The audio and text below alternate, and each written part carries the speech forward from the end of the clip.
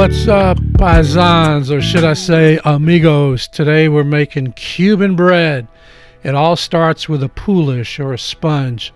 That's 2 ounces of flour, 2 ounces of water, a half teaspoon of yeast, mixed the night before and left either on the counter or on the fridge.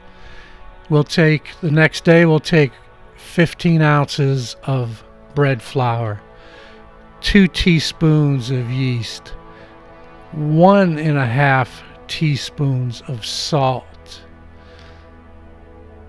Then when we get all of this in, we will add our lard. This is homemade rendered pork lard. I'm using a 1/4 cup or 4 ounces, and I'm eyeballing it. And the bread turned out well, so I guess I did a good job. Here is that Poolish or a sponge. It's called a pre-ferment, so it gives a nice little depth of flavor to your bread or to your dough. You can use that for pizza as well.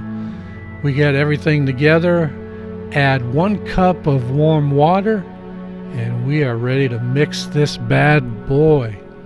Let's go. Here we go.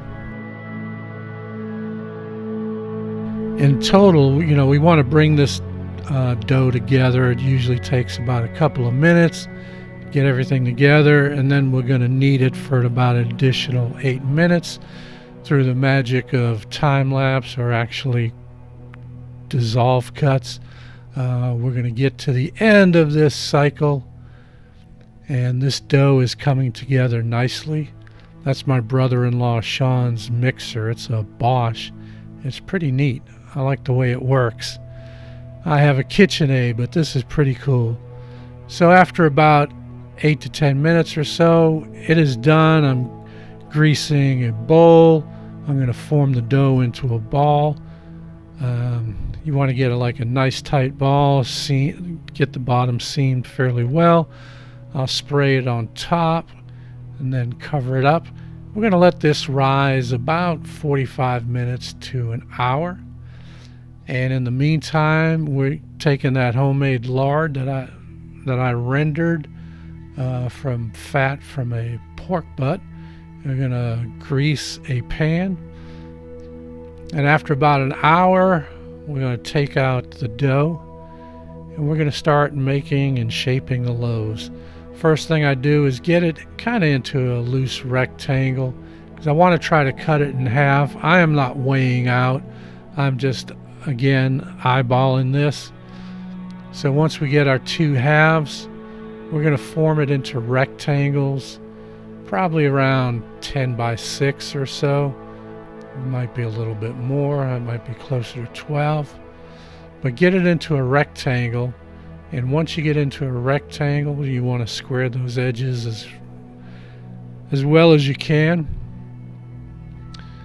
We're going to fold the bottom up and the top down.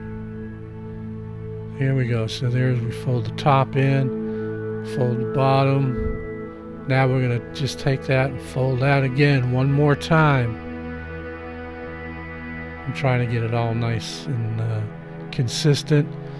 Then as we fold up, we're going to pinch the dough together, and with the seam side on the bottom, we're going to roll it and get a nice seal on that, and then go ahead and taper the ends. Once you get it rolled out, you want to get it into about a 15-inch loaf, and that's going to go on that greased sheet pan.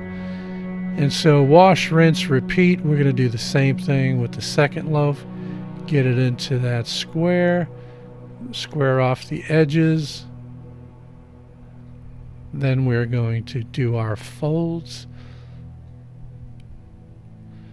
Here we fold in the bottom, fold in the top, fold everything together. And once we do that, we're going to fold it together, pinch those seams. And once we pinch the seams, we're going to flip this over because we want the seam on the bottom. And we're going to roll it to help kind of give it some shape, and also to seal the bottom as well. Don't forget to taper those ends. And there we go. And when we cook this, it's going to go into a preheated oven that's been preheated to 450 degrees. Now we're going to cover this one more time. We're going to let it get a little puffy, let it rise. So this will take 30 to 45 minutes for the second rise. So when it's done, we're going to score the top of the loaves. You want to do this with a sharp knife. And like I said, it's going to go into a preheated oven that's been preheated to 450 degrees Fahrenheit. We're going to cook it around 28 to 32 minutes. If you want to put a pan of water in the bottom to add a little steam, you can go ahead and do that. So once we get this scored, it goes in the oven, like I said, for about 28 to 32 minutes. And look at that. There we have the bread for our Cubanos. And a Cuban sandwich involves pork. Well, before we even get started, here are the seasonings we used for a pork roast, the mojo seasoning, and that marinade we used as a sauce. But there's the pork butt that my brother-in-law barbecued, smoked, or whatever on his Kamado Joe grill.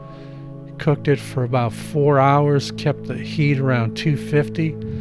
And look at those pink smoke rings on that. That pork was out of this world. So that's going to form part of our sandwich. And here we go. Just look at how moist that is.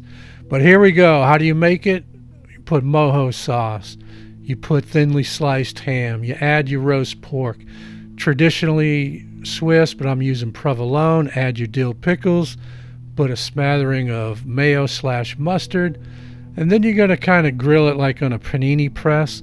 We didn't have a panini press, so what we did was cooked it in a carbon steel pan, and we put a cast iron skillet on top to press it down. And we got this beautiful grilled Cuban sandwich. And as my grandmother in Bandandola would say, manja, babe, manja. Ciao.